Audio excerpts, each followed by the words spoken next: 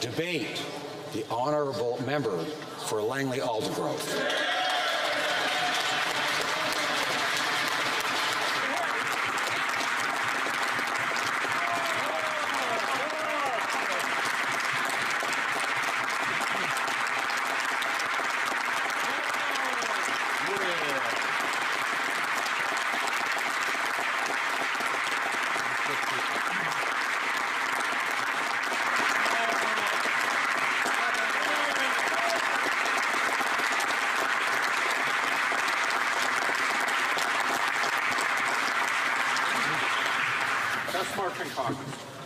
Mr. Speaker, it's my birthday.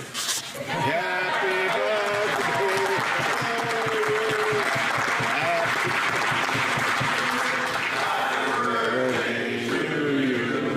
Happy birthday to you. Happy birthday to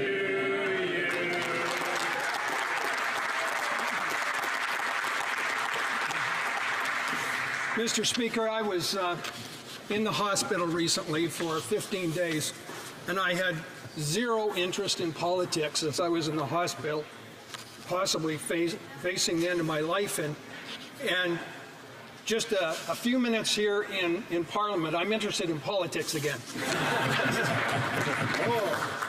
You know, I wanted to, I'm not running again, I announced that, but I wanted to make a farewell speech, and that's tradition in this House, to be able to say goodbye and thank members of this House. And I have surgery coming up for colon cancer on May 22nd, and I thought the only opportunity is this week.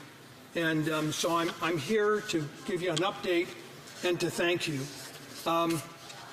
So I was on an election observer with a colleague, and I had to come back early because I was turning yellow.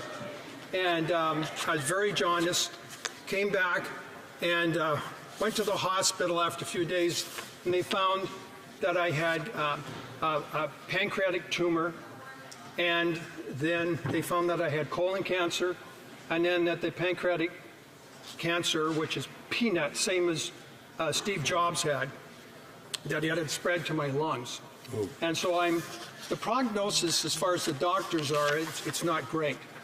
But I have a strong faith in God, and the God that created me can heal me. Yeah.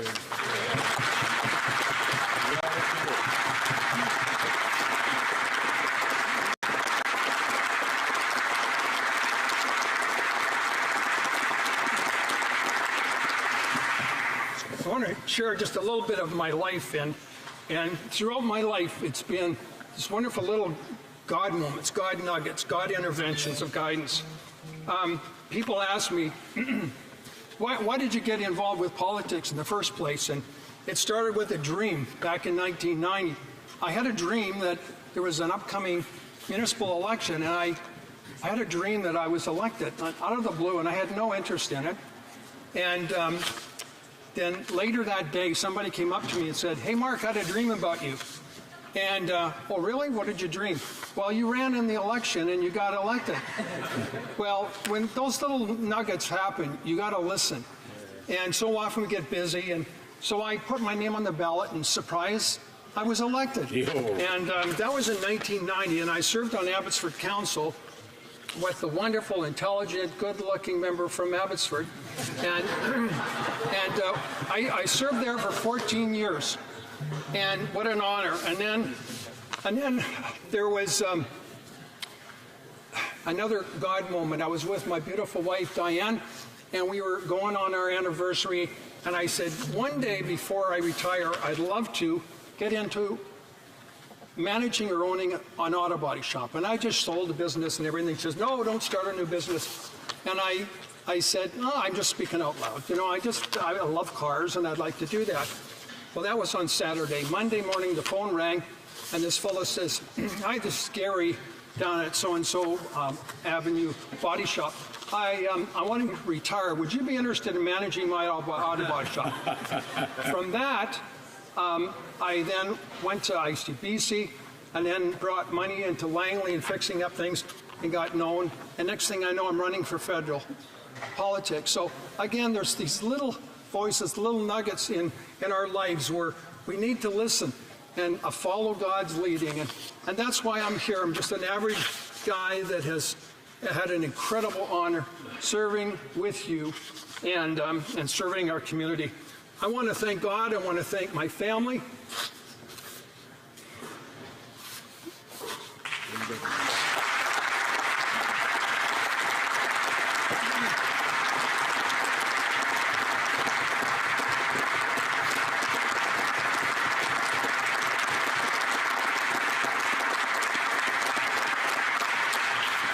I hope that doesn't take away my time, Mr. Speaker. So, Diane and I were married in '72, so almost 47 years ago. My best friend, and we have 5 kids, 10 grandkids. Wow, we are so blessed. And my passion has always been the environment, justice, family, seniors, children's issues, and respecting life right from beginning to end. Dinah and I met at Trinity Western University. Whoops. That's the last page anyway, so it doesn't matter. And our weekends, I didn't have a lot of money as a student, so I would take her on a date to a senior's place, and we'd play the guitar and sing, and we just love dealing with seniors. You don't have to be a great singer for the seniors to love you. So our grandkids are, well, our kids, John and Jen, have Carrington and Richie, and then Ryan, Eric, Carolyn with Christian, Jonah, Jeremiah, and Jacob, Nathan, and Kristen with Russell, Maya, Mark, and Will. I am so blessed. We are so blessed. I've always been involved with sports over the years, and I know the importance of teamwork. You cannot get anything accomplished if you're a lone wolf. You've got to be part of a team. And so I understand the importance of this in politics here too. And so this incredible team that I get to work with, my staff, I could not have accomplished anything without them. And that's Annette, Kim, Jane, Liet, Monique, Megan, and Rebecca. Please give them a thank you.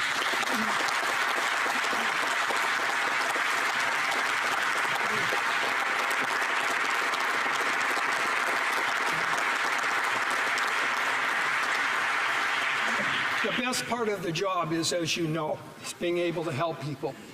And it's been such a blessing. We love our community, and it's been an incredible honor. So I had announced that I wasn't going to be running again. I felt God was creating a new chapter in my life, so I was preparing to be a chaplain, pastoral care to seniors.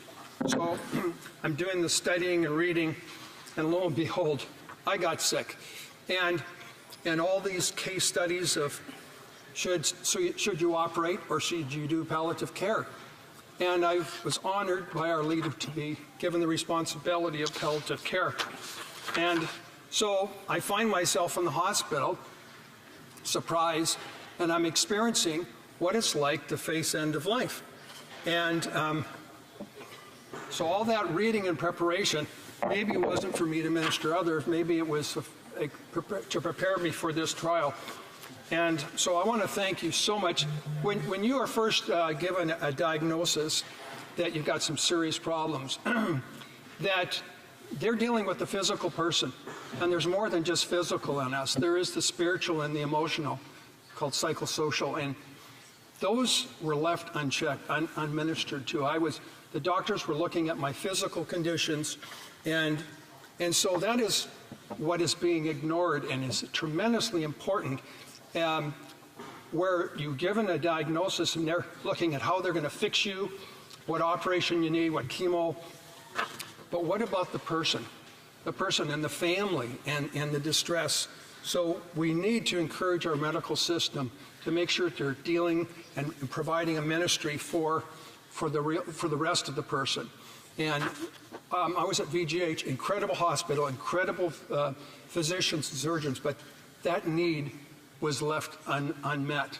I asked for palliative care, and I was there for 15 days. And of the thousands of doctors, there's 2 palliative care physicians at VGH, and I never saw them. They came once while I was recovering, so I was all groggy and sleepy. And so that need was unmet, unfortunately. So I've experienced firsthand the difficulty of accessing palliative care. We know in statistics that it's not available to 70 to 84% of Canadians. And why is that? It's a tragic number. It's because our system isn't designed to meet that need. You know, we're trying to fix the body. But in some cases, it's better not to do the heroic things, not to remove the organs and chemo and stuff. Science has shown us that you can live longer and a better quality of life in some cases if you're given palliative care. But in that was not provided to me, those options. Now, why is that? So the system is broken and needs to be fixed. And we passed 277. And I hope this Parliament is coming to an end. At the next Parliament, we'll make a commitment to fix that. Provide leadership, maybe at a university chair or something, to provide leadership in Canada so we can fix this, because people are left in despair, emotions are raw, the family support is not there, and they're not given the opportunity for palliative care. And so what is the only remaining option is, if it's not surgery, it's, well, maybe we should consider MAID. And I was on the legislative committee when we discussed that, and we passed that, and we had to because of the Carter decision. But we have a situation in Canada where basic needs are being not met, and people are out of desperation saying, well, I guess the easiest way is just to end my life through an injection. That would be the humane thing to do. But we cannot force people into that kind of a choice. We have to provide palliative care.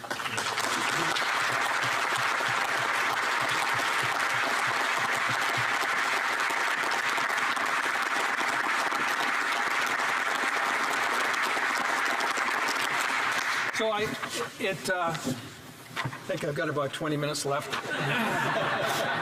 It's been such an incredible honor to work in this House. I was first elected federally in 2004, so 15 years went like that. And it's been such an honor. None of us are here by accident. I believe that strongly. I have a strong faith in God.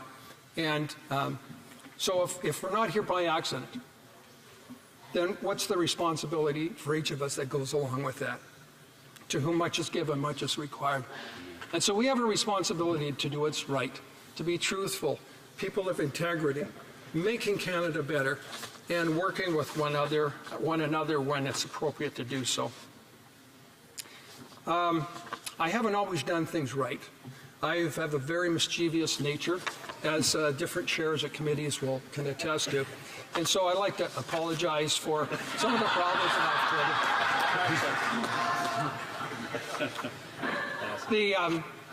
But death does come to each of us. Some very early, and we just said goodbye to a very dear friend, and he had an aneurysm and he was gone. Ooh.